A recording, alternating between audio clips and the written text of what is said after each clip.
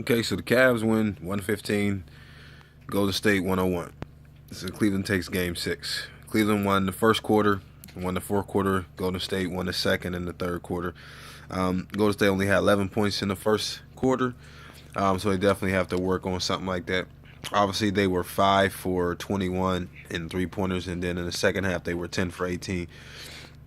At some point, when the three-pointer is not clicking, I feel like as a coach and your player, tell the players that they need to maybe shoot a couple 20-footers.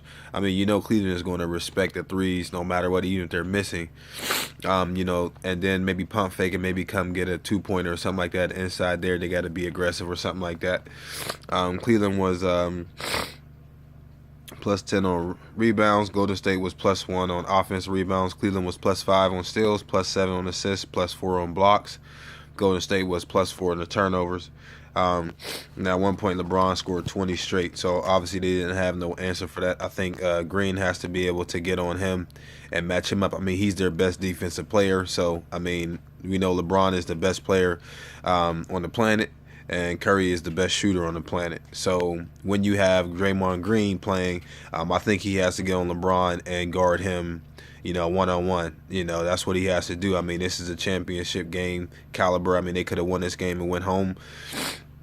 And I think that he has to play on him. Against Barnes not having another good shooting night, 0 for 8 in three-point shots, 0 points. He has to do more. Livingston only had 3 points off 1 for 6 field goals. Green only had 8 points, 10 rebounds. Iguodala only had 5 points, so they need a little bit more help from the bench, even though Barbosa did give him 14 coming off. Thompson was 25. He had 25 points. Very rare for him, but he was 4 for 7 in free throw shooting, 3 for 10 in three-point attempts, and 4 turnovers. Curry also had 4 turnovers. He was 6 for 13 in 3 points, 8 for 9 free throws, 30 points, and he fouled out. And they said he threw his mouthpiece at somebody and cursed at the ref. But you definitely got to give him hats off to him for apologizing, standing up and being a class act. Sometimes the game you can get frustrated, and sometimes you say things that you really don't mean. So I definitely got to commend him for doing that, for apologizing to the fan or anything like that. He was just a little upset, and that can happen. Those last 2 calls were very tough. Even Steve Kerr said you don't call that on the MVP. So I'm like, my question is, if he was the MVP, would you still be saying something? So I don't think that really matters. The ref is going to call the foul. At that point, Curry has to be careful. When you have 6 fouls, when we have 5 fouls, you got to be careful of, when to reach in or anything like that, because, you could be called for a ticky-tack foul, and then you get thrown out the game. Also, Thompson had walked off early too. So we'll see if they're able to rebound in Game 7, seeing as though, they had a little bit of frustration and kind of a meltdown at the end or anything like that. Thompson really went off. 15 points, double-double, 16 rebounds, 14 defensive. So that means that, Golden State didn't have those second chance. Thompson was 6 for 6, and he was 3 for 4 in free throw shooting. So, he outshot Thompson today. Irving had 23 points. JR had 14. Love had 7.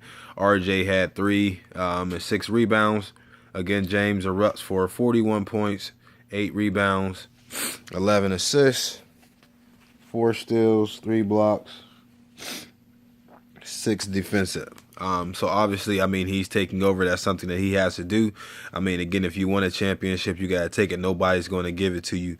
So that's something that he has to do. When they call you the best player on the planet, you have to show up. All through the season, he could have been a facilitator and everything like that. But if you get this championship, if LeBron get this championship, he don't have to hear the critics for a whole nother year or anything like that. You got to prove it. Obviously, Golden State only lost 9 games in their whole regular season. And then playing in the playoffs is a different story. So one of the hardest things to do is to go back to back, when you got a target on you. But also, with you being King James, he has to show up.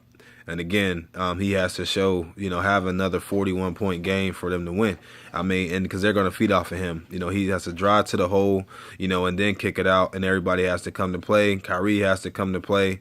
They have to play a totally defensive game. They have to guard the 3, because if Golden State gets off to a hot start, man, It might just be a route, and it could be that way as well too. Also for the defending champs, I mean, they have to play level headed. Come out with the emotion. They have to play to the whistle. Even plays like Azili was getting beat, and Thompson was running the floor. I mean, they got to play every play. Lights out. Both teams going to have to do that. They got to rebound. And I think at some point, maybe Barnes need to get a couple easy baskets and go underneath and stop shooting threes. I mean, because right now he's, what he missed, 8 threes, 1 for 6 the last game. I mean, he's 1 for 14. And Spates has to get some more buckets as well too to kind of help out. So we'll see, how they're going to react and everything like that. So they definitely have to understand that, this is game 7, but you're going to have to play. Nobody's going to give it to you. I mean, again, if Golden State loses, this will probably be one of the greatest, worst seasons in history. For them to go 73-9, get the Bulls record.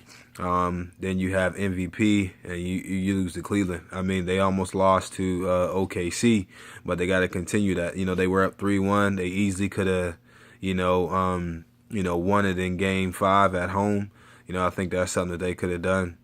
But obviously, Cleveland, came in with a mindset, and they took that game. So it'd be interesting to see what happens on Sunday, see what team comes out, and who can hold it. I think right now Golden State does have the momentum, going back home in front of that crowd, but we'll see if they can maintain it. If they come out and they flat and they can't make threes, then I mean Cleveland may end up running away with it or anything like that.